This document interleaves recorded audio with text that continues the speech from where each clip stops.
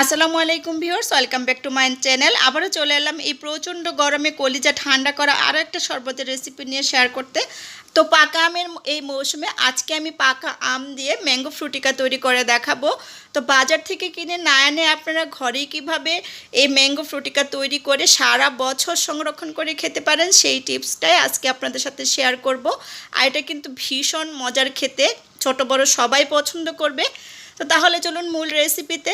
আজকের এই ম্যাঙ্গো ফ্রুটিকা বানানোর জন্য প্রথমে আমার আম লাগছে। এখানে আমি নিয়ে নিয়েছি পাকা আম 2 কেজি পরিমাণ, আর কাঁচা আম নিয়েছি 2টা। তো 1 কেজি কাঁচা আম পাকা আম নিলে অবশ্যই একটা কাঁচা আম নেবেন, আর 2 কেজি যদি পাকা আম নেন আমার মতো অবশ্যই 2টা কাঁচা আম নেবেন সাথে। তো আমগুলো আমি খুব ভালোভাবে ধুয়ে পরিষ্কার করে অফ ক্যামেরায় আমি আমগুলো সুন্দর করে কেটে টুকরো টুকরো করে নিব। তো আমি আমগুলো সুন্দর করে কেটে নিয়েছি। আমি মিষ্টি দেখে আম নিয়েছি, আর আমের কালারটাও কিন্তু বেশ সুন্দর ছিল। তো আমগুলো আমার কেটে নেওয়া হয়ে গেছে, এগুলো সাইডে রেখে দিচ্ছি। কাঁচা আমগুলো আমি দেখুন ছোট ছোট পিস করে কেটে নিয়েছি। তো এই সবগুলো আম এখন আমি একটা প্যানে নিয়ে নিব। আর আমরা কিন্তু বাজার থেকে ফ্রুটিকা কিনে এনে খাই, বিশেষ করে বাচ্চারা অনেক পছন্দ করে। তো আপনারা কিন্তু চাইলে ঘরেই পাকা আম দিয়ে ম্যাঙ্গো ফ্রুটিকা তৈরি করে সারা বছর সংরক্ষণ করে খেতে পারেন। যখন খেতে মন চাইবে এই গরমে ফ্রিজ থেকে বের করে তারপরে আপনারা খেয়ে নিতে পারবেন। আর এটা এতটা মজার হয় যখন আপনারা নিজেরা ঘরে তৈরি করে সংরক্ষণ করবেন, নিজেরাই বুঝবেন। তো আমগুলো আমি সিদ্ধ করার জন্য 2 কাপ পানি দিয়ে দিচ্ছি। যেহেতু আমি এখানে 2 কেজি আম নিয়েছি তার জন্য 2 কাপ পানি নিয়ে নিচ্ছি। অবশ্যই কিন্তু এই পানির পরিমাপটা আপনারা ভালো করে বুঝে দিবেন। তো আমগুলো সরাসরি চুলাতে এখন বসিয়ে দিয়েছি। এগুলো আমি ঢাকা দিয়ে 2-3 বলক উঠিয়ে নিব।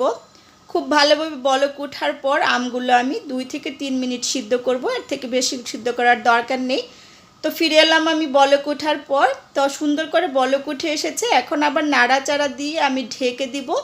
আরও 2-3 মিনিট আমি এটা জাল করে তারপর চুলা থেকে নামিয়ে ঠান্ডা করে নিব। তো আমি এখন ঢাকা দিয়ে দিচ্ছি। তো আমগুলো আমি সিদ্ধ হওয়ার পর চুলা থেকে নামিয়ে নিয়েছি। আরেকটা প্যান চুলাতে বসিয়ে এখানে 2 কাপ চিনি দিয়ে দিচ্ছি আমি। আমার আমগুলো যেহেতু মিষ্টি সেই জন্য আমি 2 কাপ চিনি দিয়েছি। আপনাদের আমগুলো টক হলে আর একটু দিতে পারেন। আর এখানে আমি দিয়ে দিব 5 কাপ পানি। আপনারা 6 কাপ পর্যন্ত পানি দিতে পারেন যদি আর একটু পাতলা খেতে চান। তো ম্যাঙ্গো ফ্রুটিকা কিন্তু একটু ঘন হয়, বাজার থেকে আমরা যখন কিনে এনে খাই সেই ম্যাঙ্গো ফ্রুটিকাগুলো একটু ঘন থাকে, সেজন্য এখানে আমি 5 কাপ পানি দিয়ে দিলাম 2 কাপ চিনির সাথে। আপনারা চাইলে 6 কাপ পর্যন্ত দিতে পারেন। তো চিনিটা খুব ভালোভাবে জাল করে ফুটিয়ে নিব। আর ফুটে ওঠার পর 3 থেকে 4 মিনিট জাল করলেই কিন্তু হবে, এর থেকে বেশি জাল করার প্রয়োজন নেই। তো আমার কিন্তু শিরাটা জাল করে নেওয়া হয়ে গেছে। এটাও চুলা থেকে নামিয়ে আমি ঠান্ডা করে নেব। অবশ্যই কিন্তু ভালোভাবে ঠান্ডা করে নেবেন। তো আমার আমগুলো যে সিদ্ধ করে রেখেছিলাম সেগুলো ঠান্ডা হয়ে গেছে। এখন এগুলো আমি একদম মিহি করে ব্লেন্ড করে নেব। এগুলো অবশ্যই কিন্তু ঠান্ডা হওয়ার পর ব্লেন্ড করে নেবেন। আর এগুলো ব্লেন্ড করতে কিন্তু সময় খুবই কম লাগে। একদম মিহি পেস্ট করে নিব আমগুলো। আর আমি মিহি পেস্ট করে নিয়ে তারপর ফিরে আসছি। তো দেখুন আমি আমগুলো খুব সুন্দর করে মিহি পেস্ট করে নিয়েছি। আমের কালারটা কিন্তু খুবই সুন্দর, দেখতে খুবই ভালো লাগছে।